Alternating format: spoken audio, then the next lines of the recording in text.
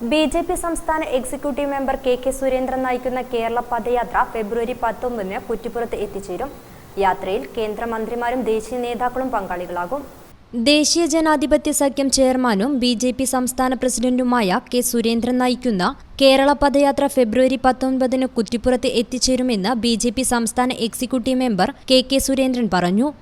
ദേശീയ ജനാധിപത്യ സഖ്യത്തിന്റെ കേരള ചെയർമാൻ BJP സംസ്ഥാന പ്രസിഡന്റുമായ ശ്രീ കെ സുരേന്ദ്രൻ നയിക്കുന്ന കേരള പദയാത്ര ഫെബ്രുവരി 19-ന് കുറ്റിപ്പുറത്ത് എത്തിച്ചേരുകയാണ്. കുറ്റിപ്പുറത്ത് മഹാസമ്മേളനത്തോടു കൂടിയാണ് അത് ആരംഭിക്കുന്നത്.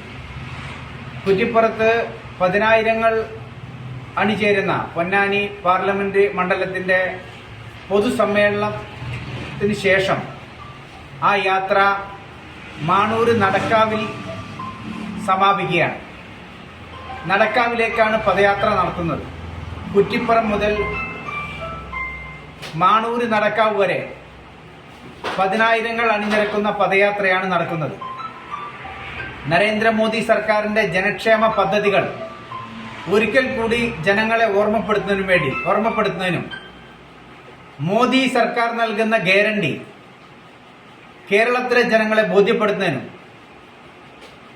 കേരളത്തിലെ കേന്ദ്ര സർക്കാരിന്റെ പദ്ധതികൾ കൂടുതൽ നടപ്പിലാക്കാൻ പര്യാപ്തമായ രീതിയിൽ കേരളത്തിലെ ജനങ്ങൾ അതിനുവേണ്ടിയുള്ള തയ്യാറെടുപ്പ് നടത്തണമെന്നും വരാൻ പോകുന്ന പാർലമെന്റ് തെരഞ്ഞെടുപ്പ് ഇന്ത്യ രാജ്യത്ത് ഒരു പരിവർത്തനമുണ്ടാക്കുന്ന ലോകത്തെ 3ാം സാമ്പത്തിക ശക്തിയായി രാജ്യം വളർത്തുമെന്ന് നരേന്ദ്രമോദി സർക്കാർ തന്നെ മോദി സർക്കാർ തന്നെ ഉറപ്പു നൽകിയിരിക്കുകയാണ്.